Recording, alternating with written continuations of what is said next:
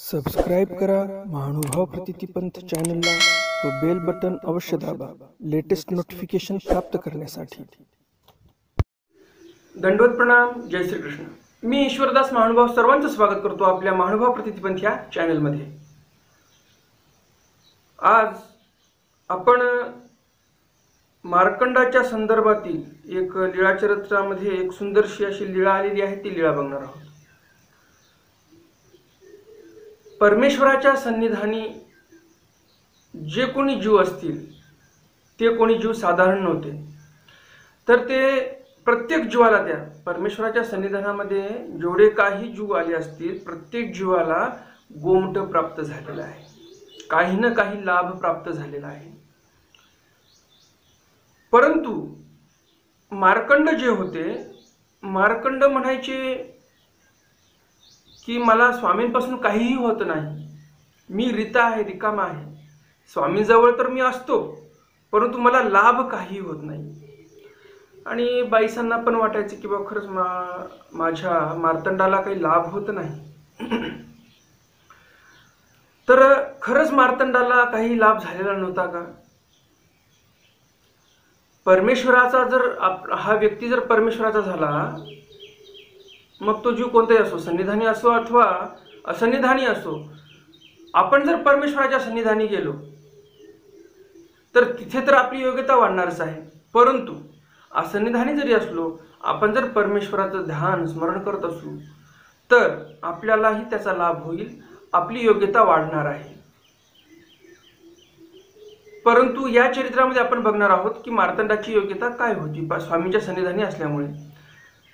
तो जसं बाईसा स्वामींची भक्ती करायच्या त्याप्रमाणे मार्तंड काय भक्ती करत नव्हते, तरीही त्या मार्तंडाची योग्यता किती वाढलेली आहे हे आपल्याला या चरित्रातून लक्षात येईल। आणि आपल्याला या चरित्रातून काय घेता येईल, तर हेच घेता येईल की आपल्याला स्वामींचं सन्निधान जरी नाही प्राप्त झालं, असन्निधानी जरी असलो आपण, तरी आपण परमेश्वराची कास सोडली नाही पाहिजे। परमेश्वराच्या मार्गावर जे आपण चालत आहोत हा मार्ग सोडला नाही पाहिजे। नक्कीच आपल्याला याचा पुढे चालून फायदा होणार आहे। तर हे आपल्याला एक पक्क लक्षात ठेवायचं, कारण स्वामी म्हणतात की माझ्या ठिकाणी केलेली कोणतीही क्रिया वाया जात नाही। परमेश्वराच्या ठिकाणी कोणतीही क्रिया करा तुम्ही, ती कधीही वाया जात नाही। म्हणून आज या संदर्भाने आपल्याला परमेश्वरापासून काय प्राप्त होऊ शकते हे आपण या चरित्रातून जाणून घेणार आहोत। तर जास्त उशीर न करता आपण चरित्राकडे वळूया। असेच तुम्हाला ज्ञानवर्धक व्हिडिओ आवडत असतील तर हे चॅनल तुमच्यासाठीच आहे। तुमच्यासारखे जिज्ञासू अर्थवंत जे आहेत त्यांच्यासाठीच हे चॅनल आहे। तुम्ही या चॅनलला लगेच सबस्क्राईब करा। जर सबस्क्राईब केलं नसेल, तुम्ही जर नवीन दर्शक आहात तर लगेच सबस्क्राईब करा। आणि व्हिडिओ नक्कीच तुम्हाला आवडणार आहे तर व्हिडिओला लगेच आताच लाईक करा। तर जास्त उशीर न करता चला तर आज काय आपण नवीन ज्ञानार्जन करूया। दंडवत हो।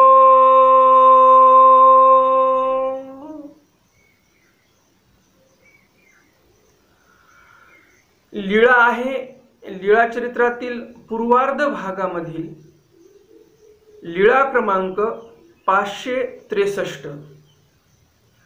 मार्कंड पंचाळेश्वरा पाठवणे। मार्कंडाला स्वामींनी पंचाळेश्वरला पाठवलेला आहे। मार्कंड ऐसे म्हणती, मज गोसाविया पासोणी काही नाही मी रिता। मार्कंड म्हणायचे स्वामींना की मला स्वामींपासून काहीही प्राप्त होत नाही, मी कसा आहे, मी रिता, मी रिकामाच आहे, मला काहीही कोण्याही प्रकारचा लाभ झालेला नाही। मार्कंड हे बाईसांचे भाचे होते। बाईसे ऐसेची म्हणती, बटिका तू कैसा रिता। मार्कंड जे होते त्या मार्कंडांना बाईसा म्हणायची की बटिका तू कसा काय रिता, बरं रिकामा कस काय तू। एकू दिसू सर्वज्ञ म्हणितले, एके दिवशी स्वामी म्हणतात, मार्कंडा तुम्ही पंचाळेश्वरासी जा। मार्कंड हो, तुम्ही पंचाळेश्वरला जा असं स्वामी म्हणतात। तुम्ही तिन्ही पहार विजन करावे, तुम्ही 3 प्रहर विजन केलं पाहिजे। 3 प्रहर विजन करा आणि तिसऱ्या पहारी भिक्षा करावी आणि तिसऱ्या प्रहरामध्ये भिक्षा करा. तर विजन कशाला म्हणतात? विगत जन सा विजन. विगत विगत म्हणजे जिथून जण निघून गेलेले आहेत, जिथे जण येतच नाही, जिथे एकांत आहे तिथे जाऊन विजन करायचं आहे. आपण जरी संसारामध्ये रमलेलो असाल, प्रपंचामध्ये आपण वेळ काढू शकत नाही. सध्याचं जे जीवन आहे फार धकाधकीचं जीवन आहे, माणसाला वेळ नाही. तर अशा या परिस्थितीमध्ये आपण काही काळ का असेना थोडंसं विजन केलं पाहिजे. आता तुम्हाला असं वाटेल विजन म्हणजे की विगत जनसा विजन, जिथे लोक नाहीत असे एकांतात जाऊन विजन करायचे. आता आम्ही तर शहरात राहतो. तुम्हाला असं वाटू शकते की आम्ही तर शहरात राहतो. आता शहरामध्ये विजन कसं करायचं बरं? तर तुम्हाला एक छोटासा उपाय सांगतो विजन कसं करायचं. दिवसाचे 24 तास आहेत. या 24 तासामध्ये आपल्याला फक्त 1 तास काढायचा आहे आणि घरच्यांना सर्वांना सांगायचं, आई वडील पत्नी मुलं सर्वांना सांगायचं की मला 1 तास वेळ काढायचा आहे. मी दरवाजा लावून बसणार आहे, परमेश्वराचं ध्यान करत. मला कोणीही माझ्या कामामध्ये अडथळा आणायचा नाही, माझ्या या विजनामध्ये माझ्या ध्यानामध्ये व्यत्यय आणायचा नाही, मला डिस्टर्ब करायचं नाही. जर तुम्ही 24 तासामधून 1 तास जरी परमेश्वरासाठी काढला तर हळूहळू ही वेळ वाढत जाईल आणि तुम्ही संन्यास घेण्याच्या पात्रतेची व्हाल, योग्यतेची व्हाल. आणि तुम्हाला जर वाटत असेल की 1 तास कसा काय काढायचा, एवढा मोठा आपल्या मागे भार आहे प्रपंचाचा, एवढा मोठा व्यवहार आहे माझ्या मागे, एवढा मोठा व्याप आहे माझ्या मागे, 1 तास कसा काढायचा? तर तुम्हाला मी सांगू इच्छितो, या 24 तासामधले तुम्ही 23 तास प्रपंचाला द्या, 1 तास तर परमेश्वरासाठी काढा. आणि जर तुम्ही 1 तासही परमेश्वरासाठी काढू शकत नसाल तर मला असं वाटते की आपण मानव म्हणून घेण्याच्या योग्यतेचे नाही. कारण मानव त्यालाच म्हणतात की ज्याला देवधर्म कळते. कारण कमाई करणे, पोट भरणे आणि प्रपंच चालवणे पशुही करतात. कमाई करणे, मुलाबाळांसाठी कमाई करून मागे टाकणे, 4 पैसे मुलाबाळांचं जीवन व्यवस्थित सुखकर व्हावं म्हणून हे करणे, यालाच तुम्ही प्रपंच म्हणता आणि यालाच तुम्ही मनुष्याचं जीवन जगणं म्हणत असाल तर तुम्ही फार चुकीचे विचार करत आहात. जर याला जीवन म्हणायचं तर पशुमध्ये आणि तुमच्यामध्ये फरक काय राहिला? फरक एवढाच राहिला, पशुंना शेपूट आहे, तुम्हाला शेपूट नाही. ज्यावेळेस मनुष्य जीवनातून परमार्थ हा वेगळा होतो त्यावेळेस मनुष्य जीवनाला मनुष्य जीवन म्हणता येत नाही, त्याला पशु जीवन असं म्हणतात. कारण पशुमध्ये आणि माणसामध्ये फरक हाच आहे की माणसाला पाप पुण्य समजते, माणसाला परधर्म समजतो, माणसाला अध्यात्म समजते. पशुला अध्यात्म समजत नाही, परधर्म समजत नाही, त्याला पाप पुण्याची निष्पत्ती नाही. परमेश्वराचं जे आपल्याला ज्ञान झालेलं आहे ते मनुष्य जन्मामध्येच झालेलं आहे. आणि जर आपण मनुष्य जन्मामध्ये येऊन जर परमेश्वराला जर वेळ देत नसाल तुम्ही, तर तुम्ही आणि पशु यामध्ये काही फरक राहणार नाही. आणि म्हणून आपण काहीतरी वेळ परधर्माला दिला पाहिजे, ईश्वर धर्माला दिला पाहिजे. किमान 1 तास तरी प्रपंचाला तुम्ही 23 तास द्या, 1 तास परमेश्वराला द्या. 24 तास दिलेत तुम्हाला एका दिवसातले, 23 तास तुम्ही प्रपंचाला जरी दिले तरी परमेश्वर तुम्हाला रागवणार नाही. किमान 1 तास तर परमेश्वराला द्या. एवढा मोठा वेळ म्हणजे तुम्ही बघा की थोडं विचार करण्यासारखी गोष्ट आहे. एखादा माणूस प्रवासाला निघालेला आहे आणि प्रवासाला निघाल्यानंतर त्याला माहिती नाही रेल्वेमध्ये कोण भेटणार आहे, मला माझ्या शेजारी कोण बसेल, समोर कोण बसेल, त्याचं नाव काय असेल, तो कुठून बसलेला असेल, कुठं जाणार आहे तो, त्याला प्रवास कुठे करायचा आहे, किती वेळ माझ्यासोबत राहणार आहे, काहीही माहिती नाही. तसंच हे आहे मनुष्य जन्माचंही. जसा तो व्यक्ती रेल्वेमध्ये बसला, गप्पा गोष्टी चालू झाल्या, त्या पुढच्या प्रवासाचं जे प्रवासी तुमच्यासोबत आहे त्याचं स्टेशन आलेलं आहे, तो उतरला निघून गेला, तुम्ही कोण्या स्टेशनला उतरले निघून गेले. तसंच या मनुष्य जन्माचं आहे. तुम्ही आता या शरीरामध्ये जन्माला आलेला आहात, एखाद्या घरामध्ये जन्माला आलेला आहात, एखाद्या परिवारामध्ये जन्माला आलेले आहात. हे जणू काही रेल्वेचा डब्बा आहे. तुम्हाला प्रवास करायचा आहे 70-80 वर्ष आणि नंतर तुम्हाला तुमचं स्टेशन आलं म्हणजे मृत्यू आला की तुम्हाला हे परिवार, या देहापासून निर्माण झालेली जी संतती आहे ते सर्व सोडून जायचं आहे. आणि असं सोडून गेल्यानंतर रेल्वेचा डबा सोडून गेले तुम्ही. जसं रेल्वेच्या डब्यामध्ये काही काळ प्रवास केला, तत्पुरती त्या प्रवाशांसोबत तुमचे लागेबंद होता, त्याचप्रमाणे प्रपंचामध्ये जन्माला आलेला आहात. 70-80 वर्षापर्यंत तुमचे लागेबंद आहेत. पतीशी आहेत, पत्नीशी आहेत, आई वडिलांशी आहेत, भाऊ बहिणीशी आहेत, नाते गोते सगळे सगळे सगळे आले त्याच्यामध्ये. तर असे हे जे नाते गोते आहेत असे किती वर्षापर्यंत आहेत? तर 50 ते 60 वर्षापर्यंत, 70-80 वर्षापर्यंत. तसं पाहायला गेलं तर आता 60-70 वर्ष खूप झालं, याच्यावर माणूस जगत नाही. आणि तुम्ही या प्रवासामध्ये सर्व आयुष्य जर खपून टाकत असाल, परमेश्वराला जर काही देत नसाल तर फायदा काय? त्यामुळे समजून घ्या की आपण प्रवास करत आहोत 70-80 वर्षाचा, परंतु यामध्येही स्वतःसाठी काहीतरी मागं टाकायचे. देहाला जे लागते त्या देहासाठी जर तुम्ही आयुष्य घालत असाल तर आत्म्यासाठी कधी कमाई करणार? आत्म्यासाठी जर तुम्हाला कमाई करायची असेल तर तुम्हाला परमेश्वराचं भजन करावं लागणार आहे, ध्यान करावं लागणार आहे. तर ही शुद्धरी तुमच्यासोबत येणार आहे. ज्यावेळेस यमदूत तुम्हाला नरकाकडे नेतील त्यावेळेस तुमच्याकडे ही परमार्थाची शुद्धरी पाहिल्यानंतरच तुम्हाला ती सोडून देतील, नाहीतर तुम्हाला कोणीही सोडणार नाही. तर अशा प्रकारे आपण प्रपंचापासून वेळ काढला पाहिजे, तर आपल्या या मनुष्य जन्माचं सार्थक होणार आहे. तर इथे मार्कंड म्हणतात की 45 मार्तंड म्हणतात मी रिकामा आहे. बाईसाहेब म्हणतात मार्तंड माझा रिकामा आहे. स्वामी म्हणतात 45 जा, 3 प्रहर विजन करा आणि 3ऱ्या प्रहरी भिक्षेला जा. आणि काय म्हणतात की भिक्षेला जाऊन गंगे जेवावे, भिक्षा मागोणी नदीचा तिरी भोजन कीजे. म्हणजे स्वामी इथे काय सांगतात की 3ऱ्या प्रहर भिक्षा मागा आणि गंगेला जेवण्यासाठी जा. गंगे जेवावे, देवळी निद्रा करावी, देवळामध्ये निद्रा करा असं स्वामी सांगतात, कोणाच्या घरी जाऊ नका. मौन्य असावे, मौन्य धारण करा, कोणालाही बडबड करत बसू नका. कोणासोबत आला माणूस बसला आपली गप्पा मारत आणि झालं विजन त्याच्यामध्ये संपलं, असं होता कामा नये. म्हणून स्वामी सर म्हणतात की मौन्य धरा, गपचूप बसायचं. 3रा दिवशी यावे आणि 3ऱ्या दिवशी मग माझ्याकडे तुम्ही या. हो काजी? मार्तंड म्हणतात ठीक आहे. मग तेही दंडवत घातले श्रीचरणा लागले. मग मार्तंडाने स्वामींना दंडवत घातले, पाया पडले. मग पंचाळेश्वरासी गेले आणि मग मार्तंड पंचाळेश्वरला गेलेले आहे. तिनी पहार विजन केले, 3 प्रहर विजन केलेला आहे.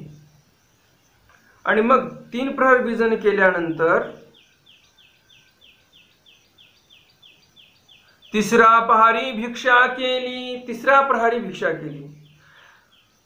आपल्या एका दर्शकाने, महानुभाव प्रतितीपंथ या चॅनलच्या एका दर्शकाने विनंती केलेली आहे की तुम्ही जे लीळा सांगत आहात त्या लीळेचं ठिकाण कोणतं आहे ते सांगावं. तर या लीळेचं ठिकाण आहे नवगाव. या लीळेचं ठिकाण आहे नवगाव आणि नवगावला तालुका येतो पैठण, जिल्हा संभाजीनगर. तर अशा या नवगावची लीळा आहे. आणि नवगाववरून स्वामी मार्तंडांना पंचाळेश्वरला पाठवत आहेत आणि तिथं ते गेलेले आहेत. तिथं गेल्यानंतर स्वामींनी सांगितलं त्याप्रमाणे त्यांनी आचरण करणं चालू केलेलं आहे. 3ऱ्या प्रहरी भिक्षा मागितली, गंगे जेवली, गंगेकडे जाऊन जेवण केलं त्यांनी. पंचाळेश्वराच्या देवळा निद्रा करावया गेले. पंचाळेश्वरच्या एका देवळामध्ये, मंदिरामध्ये निद्रा करण्यासाठी ते गेलेले आहेत. रात्री बैसले असती तव खळीचे सावले, खळीचिया चोळिया हाती तांब कळस ऐसिया देवतेसी आलिया.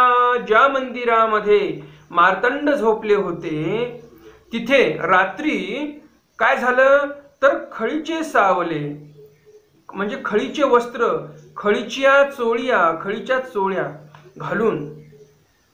आता खळीचे म्हणजे ज्या वस्त्रावर खडे लावलेले आहेत, रत्न लावलेले आहेत. किंवा दुसरा एक अर्थ लावतात की खळीचे म्हणजे खळ दिलेली आहे त्यांच्या वस्त्राला. असे एकदम जसं आताच्या शब्दामध्ये सांगायचं गेलं तर ज्याला स्टार्च केलेलं आहे, एकदम कडक वस्त्र. तर अशा प्रकारचे वस्त्र घालून दोन बाया हातामध्ये तांब्याचे कळस घेऊन देवतेशी आलिया, देवतेच्या दर्शनासाठी रात्री आलेल्या आहेत बाया. दारा पुढे उभिया ठाकलिया, त्या मंदिराच्या प्रवेशद्वारासमोर उभ्या राहिलेल्या आहेत. एरी म्हणे चाल गे भीतरी. दोन बाया होत्या. एक बाई म्हणते दुसऱ्या बाईला चाल गे भीतरी, चाल बरं आपण आतमध्ये जाऊया. ना जाऊ नये, दुसरी बाई म्हणते ना जाऊ नये, आपल्याला आतमध्ये जाता येणार नाही. ना थोरे रावळीची असती, थोरे रावळीची असती. थोर म्हणजे मोठे, राऊळ म्हणजे मालक, राजा, म्हणजेच काय तर परमेश्वराचे. थोर अशा परमेश्वराचे कोणीतरी आतमध्ये आहेत. म्हणजेच कोण तर मार्तंड आहेत. मग ते म्हणे चालसी नाका गे भीतरी. पुन्हा म्हणते दुसरी जी बाई होती ती म्हणते चालणं ग भीतरी, चल बरं आपण आतमध्ये जाऊया. ना जाऊ नये, ती बाई पुन्हा म्हणते नको ग बाई, आपल्याला मध्ये जाता येणार नाही. का तर मुदला राऊळाचे असती. मुदला राऊळाचे जे मुख्य राऊळ आहेत, मालक आहेत या सृष्टीचे, त्यांचे आतमध्ये येऊन बसलेले आहेत. म्हणजेच कोण तर मार्तंड बसलेले आहेत. ऐसे मागुते पुढारे म्हणती. पुन्हा ती बाई म्हणते, म्हणजे पहिल्यांदा एकदा बोललं, दुसऱ्यांदा एकदा बोललं आणि पुन्हा तिसऱ्यांदा ती बाई बोलते चालसी नाका गे भीतरी, चालणं ग आतमध्ये, आपण देवीचं दर्शन करूया. पुन्हा ती बाई म्हणते नको, आतमध्ये जाता येणार नाही आपल्याला, कारण आतमध्ये थोरा रावळाचे बैसले असती आणि म्हणून आतमध्ये आपल्याला जायचं नाही. असं त्या बायांचा संवाद होतो. आणि असा संवाद झाल्यानंतर नावेक होतिया मग गेलिया. थोडे वेळ त्या बाया तिथं होत्या आणि मग निघून गेल्या. दुसरा दिवशी मागवते तेही तैसेची केले. पुन्हा दुसऱ्या दिवशी बाया आल्या, पुन्हा तसंच केलं. रात्री देवळी बैसले असती तो मागुतिया आलिया. रात्री आपले मार्तंड जे होते, मार्तंड रात्री देवळामध्ये जाऊन बसले आणि पुन्हा त्या बाया तिथं दरवाजापाशी आल्या मंदिराच्या. दारापासी उभिया ठाकलिया, दरवाजापासून उभ्या राहिल्या. येरी म्हणे चालसी नाका गे भीतरी, ना जाऊ नये. एक बाई म्हणते दुसऱ्या बाईला चालसी नाका गे भीतरी, चालणं ग आतमध्ये जाऊ आपण, ना जाऊ नये. दुसरी बाई म्हणते नको, आपल्याला आतमध्ये जाता येणार नाही. मुदला रावळाचे असती. मुख्य राऊळ, मुख्य राजे परमेश्वर जे आहेत त्यांचे इथे सेवक बसलेले आहेत. ऐसे तिन्ही वेळ म्हणितले, असं 3 वेळा. चालसी नाका गे भीतरी, चालणं ग आतमध्ये, आपण मंदिरात जाऊया, असं 3 वेळा झालं, एकदा नाही.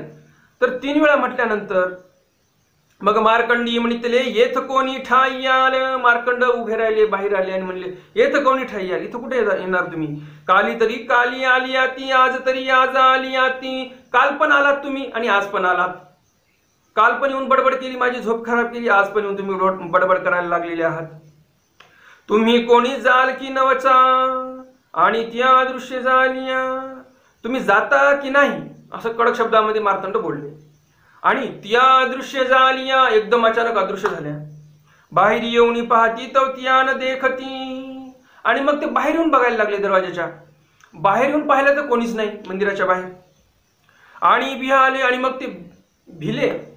का बरं? कारण इतके वेळ ते बाहेर बोलत होते आणि एकदम अचानक झाल्या. कसं काय झालं असं? उद्याची निघाले, सकाळी दिवस निघाला की न निघाला ते स्वामींकडे जाण्यासाठी निघालेले आहेत. स्वामी कुठे होते सांगा तुम्ही, मी तुम्हाला ठिकाण सांगितलं निळेचं. तर स्वामी कुठे होते आणि ह्या बाया स्वामींकडे जाण्यासाठी निघाल्या तर कोण्या गावी गेल्या? कमेंट बॉक्समध्ये मला कमेंट करा आणि सांगा की मार्कंड हे कुठे वापस गेले. हाजी तिया कोणी स्वामींपाशी आले मार्तंड, सर्व मागील वृत्तांत सांगितलेला आहे. आणि मार्तंड विचारतात, स्वामींचं दर्शन घेतात, स्वामींपाशी बसतात, सर्व वृत्तांत सांगतात आणि मग स्वामींना विचारतात, हाजी तिया कोणी, त्या कोण होत्या बरं रात्री आलेल्या बाया. सर्वज्ञ म्हणितले तिया ब्रह्मांडीचिया देवता गा, त्या देवता ब्रह्मांडीच्या देवता होत्या. तुमची ओळखेसी आलिया असतिया, तुमची ओळख सारण्यासाठी ते आलेल्या होत्या. सर्वज्ञ म्हणितले ओळख सारणे म्हणजे काय, ज्याप्रमाणे घरातील नौकर मालकासमोर उभा असतो की मालक काहीतरी काम सांगितलं आणि ते लगेच काम करेल, याला म्हणतात ओळख सारणे. त्याप्रमाणे त्या देवता तुमच्यापाशी आलेल्या होत्या की तुम्हाला जर काही अडचण आली तर ती अडचण दूर करण्यासाठी त्या आलेल्या होत्या. सर्वज्ञ म्हणितले तुम्ही म्हणा मी रीते ते उगेची राहिले अंक. स्वामी म्हणतात की तुम्ही म्हणता की आम्ही रीते, मग तुम्ही सांगा की ब्रह्मांडाची देवता तुमच्या ओळख सारण्यासाठी आलेली आहे, मग हे काय कमी आहे का. असं म्हणल्यानंतर मार्तंड गप्प बसले. आपल्या या चॅनलच्या एका दर्शकाने विचारलेलं आहे की मी शेवटी अंक असं का म्हणतो. त्यांनी बऱ्याच दुसऱ्या व्हिडिओमध्ये मी अंक हा शब्द उच्चारलेला आहे आणि हा अंक शब्द का उच्चारता तुम्ही असा प्रश्न केलेला आहे. तर त्या प्रश्नाचं उत्तर देऊ इच्छितो मी. ज्याप्रमाणे पोथीमध्ये एकामागून एक लीळा चालू असतात, ज्या जुन्या पोथ्या असायच्या हस्तलिखित पोथ्या, त्या पोथ्यांच्या शेवटी क्रमांक असायचा, अंक असायचा की किती क्रमांकाची लीळा होती ती. आता हे जे नवीन पोथ्या निघाल्या, जे नवीन लीळाचरित्र निघाले, आता हे लीळाचरित्र तुम्हाला दाखवू इच्छितो मी. या चरित्रामध्ये जर तुम्ही पाहिलं तर या चरित्राच्या सुरुवातीला अंक येत असतो. हा अंक बघा, हा जो अंक दिसतोय तो चरित्राच्या सुरुवातीला आहे. तर हा अंक सुरुवातीला आहे आणि तुम्हाला मी सुरुवातीला अंक सांगितलेलाही आहे, परंतु जुन्या पोथ्यांमध्ये लीळेच्या शेवटी अंक यायचा. आणि जर मी लगेच अंक न म्हणता दुसरं चरित्र सांगायला चालू केलं तर पुढच्या जे दर्शक आहेत, जे श्रोते आहेत, त्यांना समजणार नाही की लीळा कुठे संपली आणि दुसरी लीळा कुठून चालू झालेली आहे. आणि म्हणून मी शेवटी चरित्र संपलं की अंक असं बोलतो, म्हणजे तुम्हाला समजावं की इथं चरित्र संपलेलं आहे. तसं मी तर आता एकच चरित्र टाकत आहे व्हिडिओमध्ये, परंतु पहिलेचे जे काही चरित्र होते एका चरित्रामध्ये 1, 2, 3, 4 असे चरित्र टाकलेले आहेत एका व्हिडिओमध्ये. त्यामुळे तुम्हाला समजावं की इथं चरित्र संपलेलं आहे. अंक म्हटल्यानंतर समजून घ्यायचं की इथे चरित्र संपलेलं आहे आणि जर पुढे कोणती मी लीळा सांगणं चालू केली तर समजून घ्यावं की दुसरी लीळा चालू झालेली आहे. तर अंक म्हणण्याचा हाच उद्देश आहे. तर आजचं हे चरित्र आपलं संपलेलं आहे. परमेश्वराच्या सन्निधानी असलेला कोणताही व्यक्ती रिता राहत नाही, मला या चरित्रातून सांगायचं होतं. आणि परमेश्वराच्या सन्निधानामध्ये जरी एखादा व्यक्ती असेल, परमेश्वराचा देवधर्म, परमेश्वराचं ध्यान करत असेल, तरीही तो व्यक्ती रिकामा राहत नाही. तर आजचं हे चित्र आपलं संपलेलं आहे. चरित्र तुम्हाला नक्कीच आवडलं असेल. व्हिडिओला जर अजून तुम्ही लाईक केलेलं नसेल तर लाईक करा व्हिडिओला आणि आपल्या वाचनिक मंडळीपर्यंत जास्तीत जास्त पोहोचवा, त्यांना या व्हिडिओचा लाभ प्राप्त करून घेऊ द्या. आजचं चित्र आपलं संपलेलं आहे. दंडवत हो.